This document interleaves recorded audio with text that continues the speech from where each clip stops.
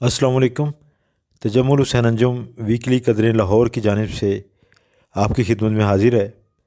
आज की इस वीडियो में हम आपको लाहौर सियालकोट मोटरवे यानी M11 के बारे में कुछ ताज़ा अहवाल बयान करेंगे। मोअज़्ज़ज़ व्यूअर्स, लाहौर से सियालकोट का सफ़र अब बड़ा ही आसान और कम वक्त में तय पाता है, क्योंकि गुज़श्ता साल मार्च 2020 में लाहौर सियालकोट मोटरवे को अवामुन्नास के लिए खोल दिया गया था। इस मंसूबे को M11 का नाम दिया गया है। ये पंजाब के मशरकी हिस्सों से मुंसलिक है। 103 किलोमीटर तवील यानी 65 मील लंबी ये सड़क 44 बिलियन रुपये की लागत से 4 रोया तमीर की गई है। लाहौर सियालकोट मोटरवे की एक खासियत ये भी है कि ये भारत की सरहद से इंतहाई करीब तरीन वाक़या है। ये सड़क लाहौर के शुमाल से शुरू होती और सियालकोट के जनूब में जाकर ख़त्म हो जाती है।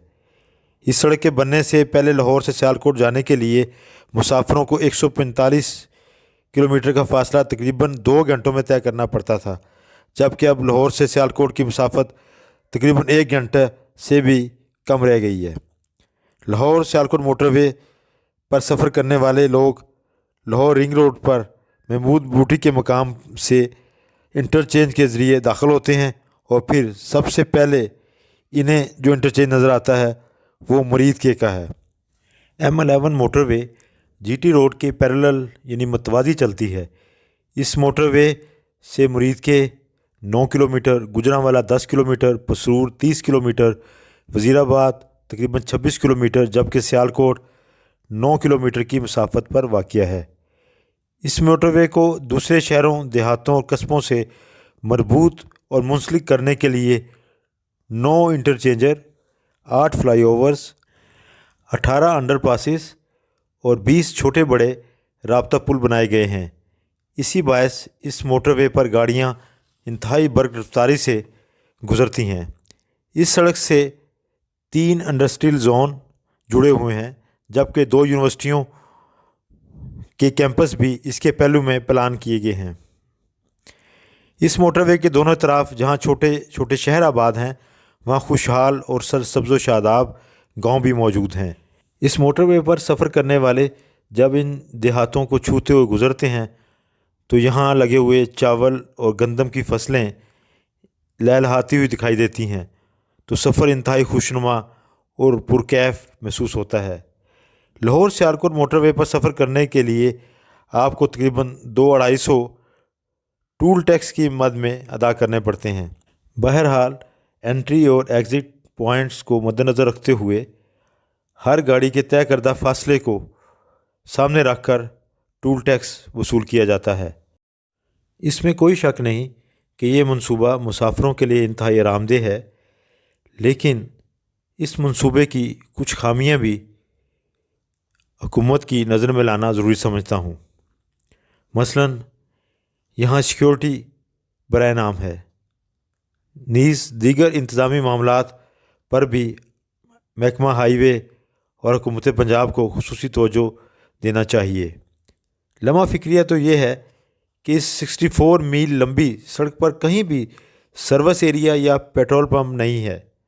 हालांकि दुनिया में कहीं भी इन चीज़ों के बगैर सड़क या मोटरवे का तस्वर ही नहीं किया जा सकता।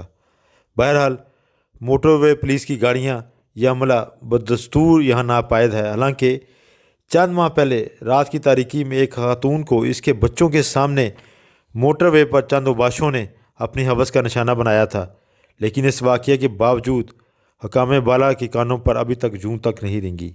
मुझे इस मोटरवे पर 2-3 मरतबा सफ़र करने का शरफ़ हासिल हुआ है। मैं बड़ा अजीब महसूस करता हूँ कि जब आप मोटरवे से उतरते हैं और अपने राब्ता शहरों की तरफ गाड़ी भगाते हैं, तो फिर ये रवायती और टूटी फूटी सड़कें आपका इस्तकबाल करती हैं। क्या ये अच्छा हो कि हुकूमत पंजाब इस जानब भी तवज्जो दे और इस मोटरवे से मुंसलिक जितनी भी राब्ता सड़कें हैं इनको मरम्मत किया जाए, इनका पैच वर्क किया जाए, ताकि इन सड़कों पर सफ़र करते हुए लोग मोटरवे के सफ़र का मज़ा زائل نہ کر سکیں۔ لاہور سیالکوٹ موٹر وے کی تعمیر سے نہ صرف سیالکوٹ جیسے صنعتی شہر کی اہمیت دو چند ہو گئی ہے، بلکہ آس پاس کے دیہاتوں اور قصبوں میں زمین کی قدر و قیمت میں بھی بے پناہ اضافہ ہو چکا ہے، جو کہ کسی حد تک بہت ہی اچھا ہے۔ موجودہ حکومت نے موٹر وے M12 منصوبہ کے تحت سیالکوٹ سے بذریعہ گجرات کھاریاں تک 4 رویہ سڑک بنانے کا عندیہ بھی دے دیا ہے، جو کہ خوش آئند بات ہے۔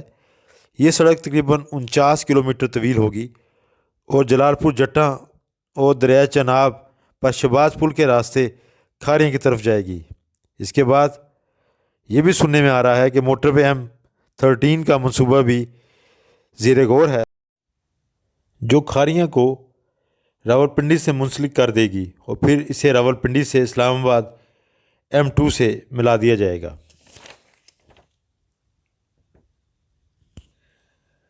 ویورز، آپ کو ویڈیو کے آخر میں لاہور سیالکوٹ موٹر وے منصوبے کے چند تاریخی حقائق سے بھی آگاہ کرنا اپنا فرض سمجھتا ہوں۔ جیسا کہ آپ جانتے ہیں، اس منصوبہ کی بنیاد سابق وزیر اعلیٰ اور موجودہ اسپیکر پنجاب اسمبلی چودھری پرویز الہی نے 2006 میں رکھی تھی۔ سابق صدر پاکستان جنرل پرویز مشرف نے 2007 میں اس منصوبہ کا سنگ بنیاد رکھا۔ چند سالوں میں اس منصوبہ کی زمین ایکوائر کرنے کا عمل تو مکمل ہو گیا، لیکن تعمیراتی کام شروع نہ کیا جا سکا، جس کے باعث لاگت میں دن بدن اضافہ ہوتا چلا گیا۔